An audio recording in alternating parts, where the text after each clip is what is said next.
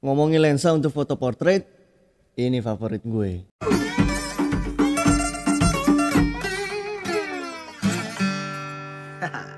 Voigtlander Nocton Vintage Line 75mm f1,5, dan ini juga spherical lens dan mountingnya untuk Leica M, atau kita sebutnya di Voigtlander VM, Voigtlander Leica M mount. Dan gua selama ini memakai lensa ini udah kira-kira 2 tahun, 2 tahunan ya kurang lebih, dengan memakai body Leica SL. Jadi gue juga convert dari lensanya ke body Leica SL pakai converter M2L. Lensa ini enak nih buat motret di beberapa genre yang kita kadang-kadang nggak kepikiran, oh ternyata enak juga ya buat ngambil close up-nya. Contohnya gue juga pakai lensa ini untuk motret wedding, dan gue juga memotret still life pakai lensa ini, dan yang udah pasti motret orang ya, portrait gitu ya, baik di indoor ataupun outdoor. Lensa ini adalah lensa yang menjadi salah satu favorit gue di line up Voigtlander koleksian gue, karena lensa ini nih ngecover gitu ya, giliran gue butuh memotret close up gitu ya atau agak-agak zoom, gue pasti pakai lensa ini, karena memotret orang pakai lensa ini gitu udah pasti enak gitu. Dan juga gue sering pakai buat motret-motret still life gitu ya, kayak gini dan juga kayak gini. Si lensa ini punya karakter sendiri, sering kita menyebutnya bokehnya creamy dan lain-lain ya. Cuman nggak tahu kenapa kadang-kadang di beberapa situasi lensa ini juga ngasih efek tersebut di seluruhan gambarnya. Jadi kalau kita yang suka film looks gitu ya, mencontek gaya bervisual dengan era dulu ya, dengan memakai gear-gear dulu gitu ya. Oh ya, gue juga mau ngasih tahu ke teman-teman bahwa sebutan vintage line di lensa ini dan di beberapa lensa Voigtlander yang lain itu mengacu pada desainnya ini. Jadi desainnya ini lagi mengusung konsep di tahun berapa yang kayak gitu. Makanya dia ada sebutan vintage line. Jadi yang pertama dalam gue menilai lensa adalah handling, atau gue melihat ukuran dan beratnya. Nah, kalau dari ukurannya menurut gue ini nggak terlalu besar, tapi juga bukan lensa kecil. Jadi dalam memegangnya ini membutuhkan satu tangan full gitu. Jadi nggak kadang-kadang kan kita kalau megang lensa manual enakan yang kecil-kecil gitu ya, jadi sat. Nah kebetulan di lensa ini besar, cukup besar gitu ya. Dan gue untuk handling gue skorkan bintang 3 gitu ya dari 5 bintang, karena dari size-nya yang gue berharap sih kalau bisa lebih kecil, dan mungkin kalau diameternya nggak bisa diubah, cuman gue berharap kayaknya kalau pendekan dikit nih lensa oke sih, kayak segini agak ketiban kadang-kadang body, gue ngeliatnya kurang estetik sih kalau gue pribadi, sama riskan kepentok gitu loh kalau lagi mobilitas. Nah kalau beratnya sih sosok lah, gue nggak ngerasa ini berat juga, malah masih beratan body gue gitu. Nah cuman kalau gue concernnya adalah focusingnya gitu ya, handling kan, kita ngomong handling, focusingnya nih lumayan tricky. Kenapa tricky? Selain karena range-nya 75mm, ketika kita bener-bener closest focus ya, closest distance gitu ya, minimum distance-nya ini tipis banget. Dan ketika kita mewajarkan oke, ini 75 dan f1.5 terus gue udah di minimum distance ya, ini pasti tipis. Oke, gue paham itu. Cuman handling di ininya, grip besinya, gue ngerasanya kurang gigit gitu. Nggak kayak gue udah ngatur sepersekian mili gitu mungkin ya. Jadi kayak kurang yakin gue nya, karena kayak agak sedikit licin gitu. Walaupun ini nggak yang licin banget, cuman ini enak. Cuman kalau kita yang doyan minimum distance, ini masih terbilang agak-agak tricky gitu, hati-hati, apalagi ini juga lensa yang tele gitu. Dan kalau itu bisa kita tanggulangin sih aman aja, gue rasa. Gue juga nggak terlalu bermasalah, cuman gue rada-rada ngeri-ngeri gitu ke playsetnya. Dan gripnya ini di tangan rada-rada tajam, karena lo bisa lihat sendiri ini rapet banget, terus ini tajam ke atas gitu. Ya mungkin bagus sih biar jari kita bisa nge-slide cepet, cuman kadang-kadang gue pribadi kan sering menggunakan jari gitu ya, ujung samping telunjuk ini untuk slide bukan si jempol gue. Jadi lumayan sakit. Ini lumayan lensa yang kalau gue slide focusingnya lumayan agak menyiksa telunjuk dibanding lensa Voigtlander yang lain. So itu untuk handling. Untuk ngomongin sharpness gitu ya, secara keseluruhan lensa ini juga mempunyai rating dari gue bintang 4 dari bintang 5 gitu, 4 dari 5 bintang. Karena gue udah coba di berbagai f-number, lensa ini asik banget gitu ya. Kenapa gue ngasih bintang 4? Karena ketika kita memotret di f mentoknya gitu ya, ini punya karakter sendiri yang kayak tadi gue bilang. Contohnya di foto ini, di cewek tiduran ini gue mentokin di f1.5. Gue mentokin di f1.5, dia punya karakter kayak gini, ini asik banget. Lo bayangin aja ketika gue di f1.5 aja bisa mencakup gestur dan teksturnya kayak gini, apalagi gue naikin ke f28, ke f4 dan lain-lain. Jadi overall sharpnessnya juga oke banget. Kita lihat di foto close up juga yang ini gue mentokin di f1.5, minimum distance juga. Jadi gue nggak bisa mengambil ujung kepala karena gue mau ngambil lehernya di sini. Dan gue benar-benar harus memilih gue mau fokusin kemana. Kalau kata orang ke mata, cuman kalau di sini udah mata atau alis atau pelipis atau bulu mata udah beda lagi. Cuman gue kayaknya di sini ke bola mata. So ini dari f1.5-nya performance tajamnya kayak gini. Ini menurut gue oke banget. Lalu lanjut ke wide open performance, dari gue mendapatkan 4 dari 5 bintang juga, karena yang tadi kita lihat ketika di wide open kayak gini, ini gue memotret benar-benar gue maksimalin ya si distance-nya. Jadi ini udah minimum distance dari si lensa. Gue pilih fokusinnya ke alis, ini bulu mata berarti ya. Dan ini juga maksimal bukan aperture-nya di 1.5. Di performa 1.5-nya ini gokil sih, gue suka banget. Jadi ngasih karakter sendiri gitu. Dia tuh dari blur di depan gitu ya, foreground blur di depan, terus ke area fokus, terus ke area yang blur di belakang, itu asik banget. Renderingnya asik banget, gue suka banget. Jadi di wide opennya no debat sih, gue sangat agree. Ini ngasih value yang unik gitu kadang-kadang. Karena pas kita lihat fotonya nggak terlalu modern look gitu. Jadi nggak tahu, gue suka aja bagaimana si aperture ini ketika kita maksimalin ngasih efek yang tadi gue bilang. Ini rada-rada creamy cuman tajam gitu.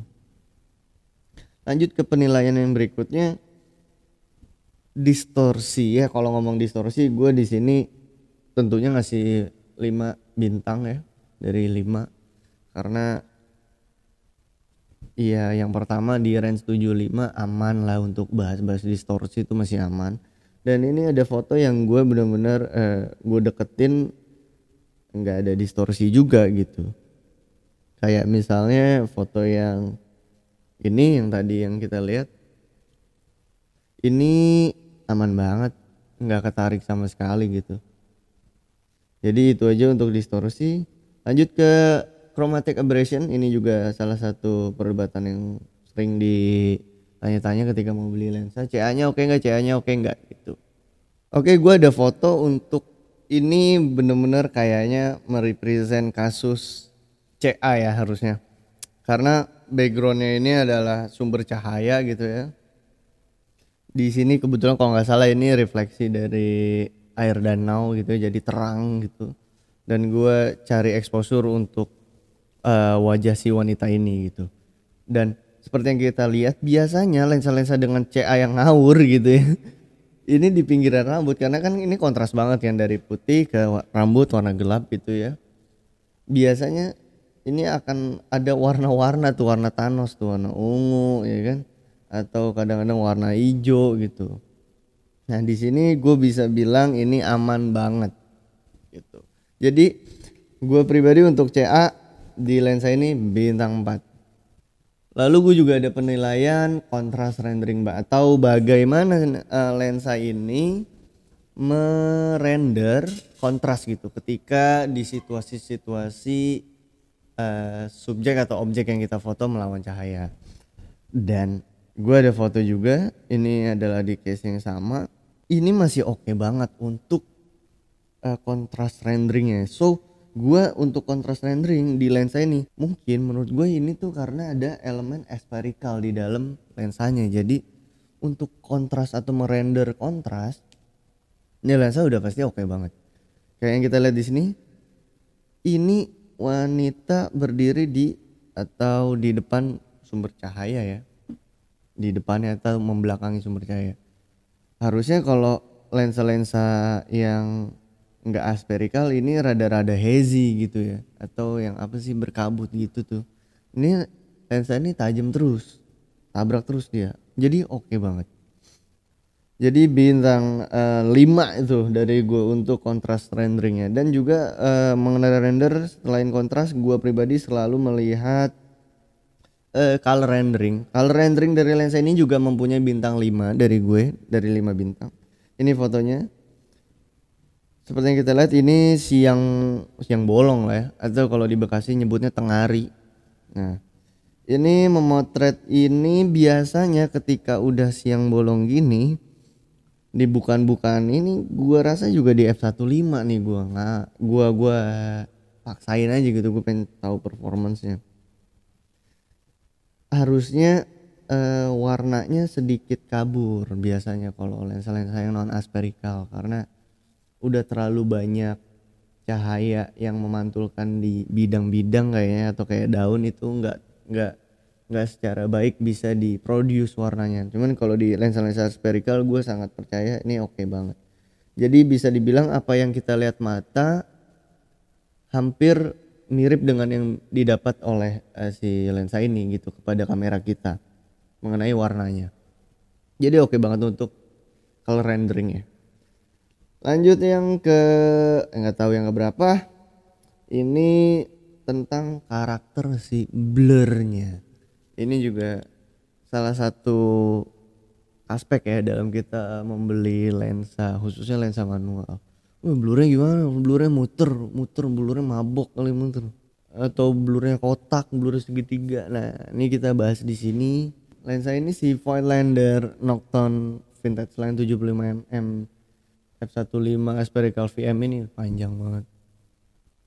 Mempunyai blur yang menurut gue di sini aman-aman aja, tapi gua nggak bilang ini asik gitu karena blurnya ini kayak lensa-lensa modern, hampir mirip lensa-lensa modern gitu ya.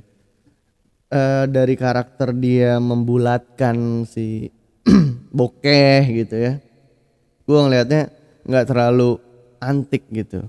Jadi gue pribadi untuk blur karakter di lensa ini bintang 3 dari 5 bintang di sini.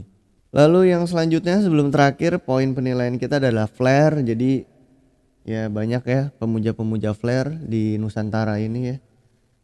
Nah lensa ini mohon maaf nih nggak bisa menjadi lensa yang kalian andalkan dalam mengejar flare gitu. Yang pertama menurut gue pribadi karena range-nya juga gitu. Ini range yang sudah mengerucut alias 75 kan juga udah mengerucut gitu. Kalau kita ngomongin range 35, 24 gitu makin lebar, mungkin flare-nya akan luas gitu. Tapi ketika pun di lensa-lensa 75 bisa mengeluarkan flare, nggak akan selebay di 35 dan 24 gitu, ekuivalen di full frame ya.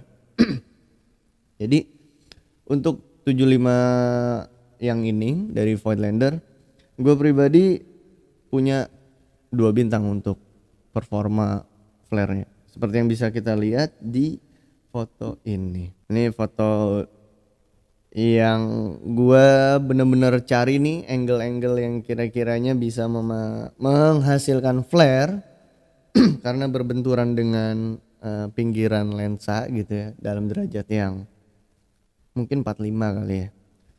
Nah ini flare maksimalnya nih dari si lensa ini. Jadi kalau dibilang flare-nya gimana, ya menurut gue flare-nya asik untuk mendukung fotonya gitu. Cukup lah untuk ngasih bumbu-bumbu aja, topping aja flare-nya di lensa ini. Dan ini juga ada contoh lagi, kali ini hitam putih. Flare-nya nih ada nggak tahu ya, ini beda. Kalau yang tadi ya lebih rainbow, ini lebih kayak apa ya, kayak suka ada nih flare kayak gini, cuman gue nggak tahu nih ini bukan rainbow nih. Ya flare aja nih kayak buletan halus gede yang melayerkan foto kita gitu. Nah ini juga bisa didapat oleh lensa ini ketika derajatnya pas, cuman balik lagi flare-nya nggak lebay ya, tapi cukup ketika kita mau motret. Gue mau motret ini kan kayak gini, gue motretnya di f1.5 ya, gue mentokin ya, dan ketika cahayanya pas yang tadi gue bilang, ini lensa bisa ngasih surprise gitu loh. Nah tiba-tiba dia ngasih bumbu-bumbu flare kayak gini, ini kan jadi klasik gitu. Walaupun yang tadi ada beberapa poin, ini lensa modern gitu, kayak dari bokeh atau dari kontras rendering kayak gitu. Dan yang terakhir penilaian gue adalah di aspek harga, seberapa bagus harga dia.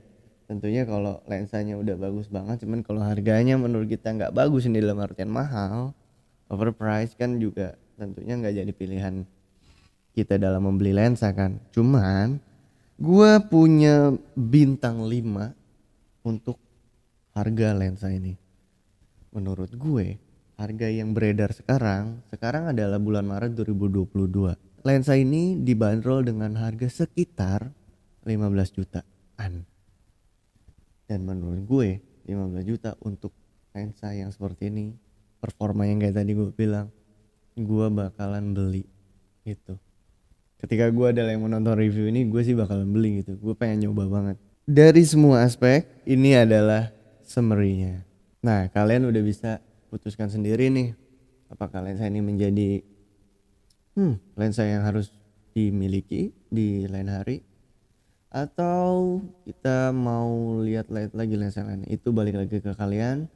Dan ini adalah review yang gue buat berdasarkan pengalaman gue memakai lensa tersebut. Jadi itu aja dari gue. Voigtlander Nocturne Vintage Line 75mm f1.5 aspherical VM mendapatkan rata-rata bintang 4 dari 10 aspek yang ada. Jadi bintang 4 dari 5 bintang itu menurut gue oke banget. So itu aja review lensa ini. Gue udah males ngomongin judulnya karena panjang banget. So thank you, sampai berjumpa lagi di review-review lensa selanjutnya. Gue Gemma Grafi, bye.